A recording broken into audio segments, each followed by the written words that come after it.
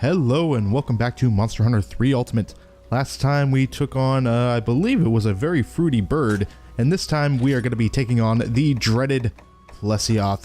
This one is a urgent quest, I believe, so this is the 7th star urgent quest, so once you get this you can take on the 7th star quests, but the downside is you have to take on the freaking Plesioth.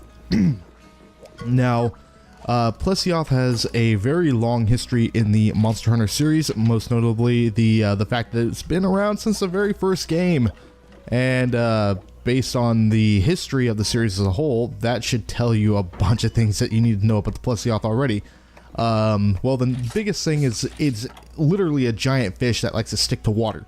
And in the previous games, that's virtually all it did.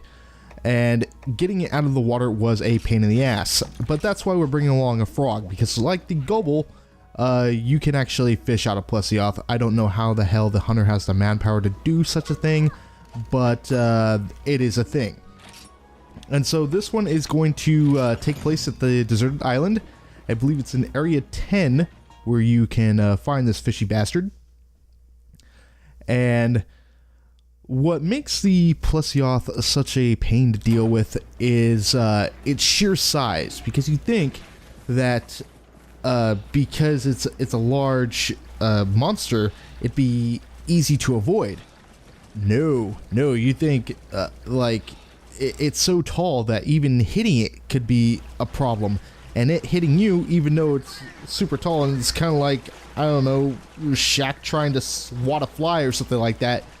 You think it'd be kind of hard, but no, the Plesioth is notoriously to have very bad and janky hitboxes, and in this game it's so much better, but there's still a few cases here and there of what the hell.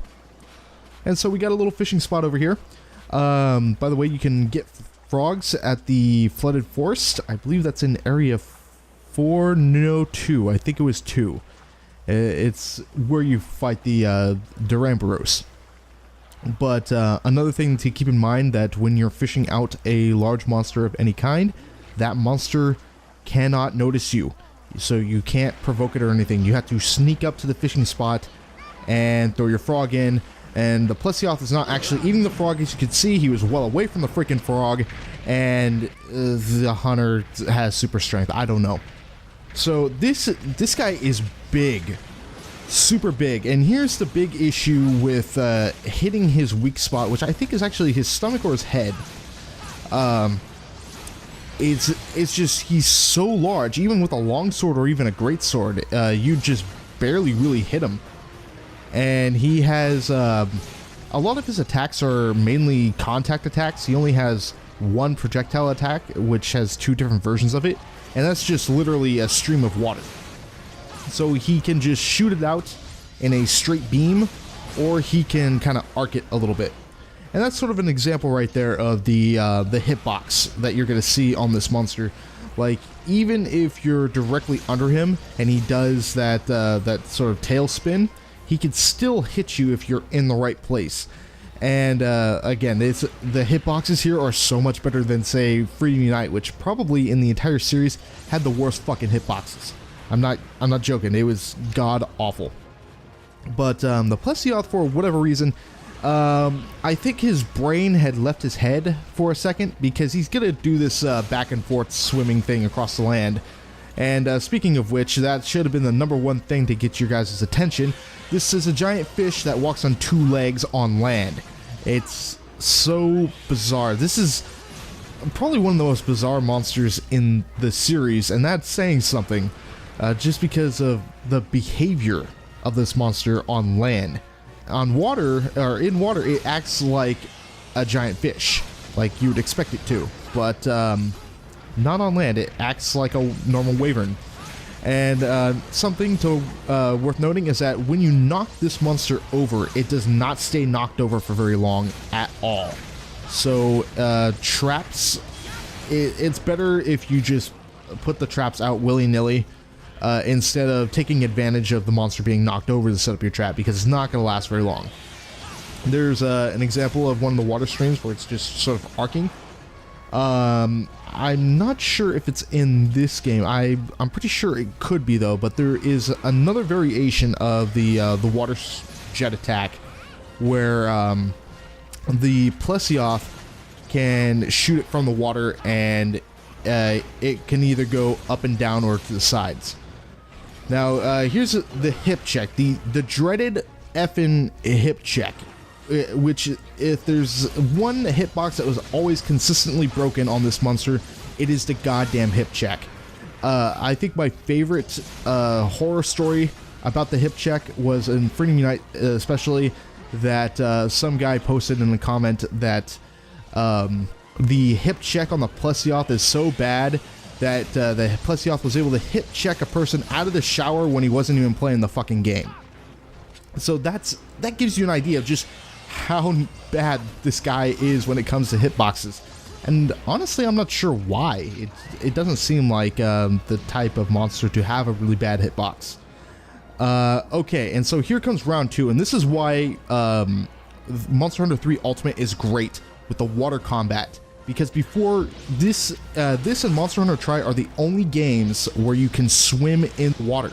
So in other words, this game lets you have your revenge on the Plesioth, which is amazing. And as you can see there, I broke 2 parts from the Plesioth, which is I think it's the dorsal fin and the fin on its head. I'm not sure what those fins are called, but I don't know my fish anatomy.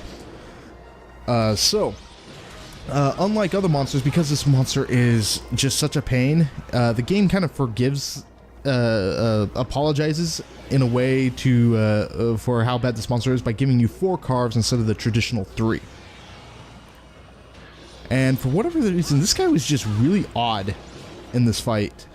He has a few more tricks when he's underwater. In fact, he behaves a lot more like a Leviathan, so kind of like a Lagiacrus in a sense.